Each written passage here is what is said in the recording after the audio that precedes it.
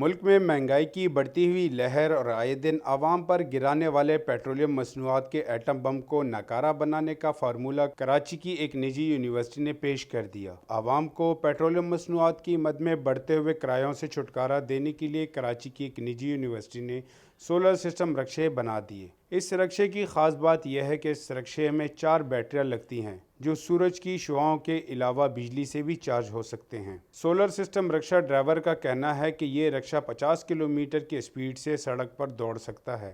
یہ نذیر شاہ یونیورسٹی کا پروجیکٹ ہے کیونکہ پاکستان کے بیچ میں ابھی آپ کو گیس کی بھی کمی ہے، بجلی ہمارے پاس ویسے نہیں ہے، تو یہ ٹوٹل سولر پہ ہوگا۔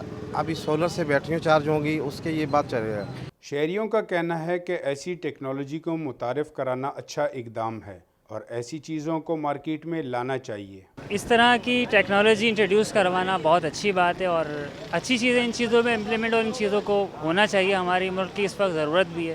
پیٹرول کا خرچہ نہیں ہے، نہ ڈیزل کا خرچہ ہے، نہ گیس کا خرچہ ہے، نہ لائنوں میں کھڑا ہونا پڑتا ہے، کوئی پرابلم نہیں ہے۔ صرف یہ ہے اس کو بیٹریوں کا خرچہ ہوئے گا، وہ بھی بیٹریاں طریقے سے چلائیں، استعمال کریں، صحیح چلے گا۔ یہ حکومت کو چاہیے کہ ملک میں بڑھتی ہوئی مہنگائی پر کنٹرول کرنے کے لیے ایسی ٹیکنالوجی متعارف کرانے والوں کے سر پر دست شفقت رکھے۔ کیمرہ مین محمد بلال کے ساتھ Anwar Taj, Bangash, capital T V, Karachi.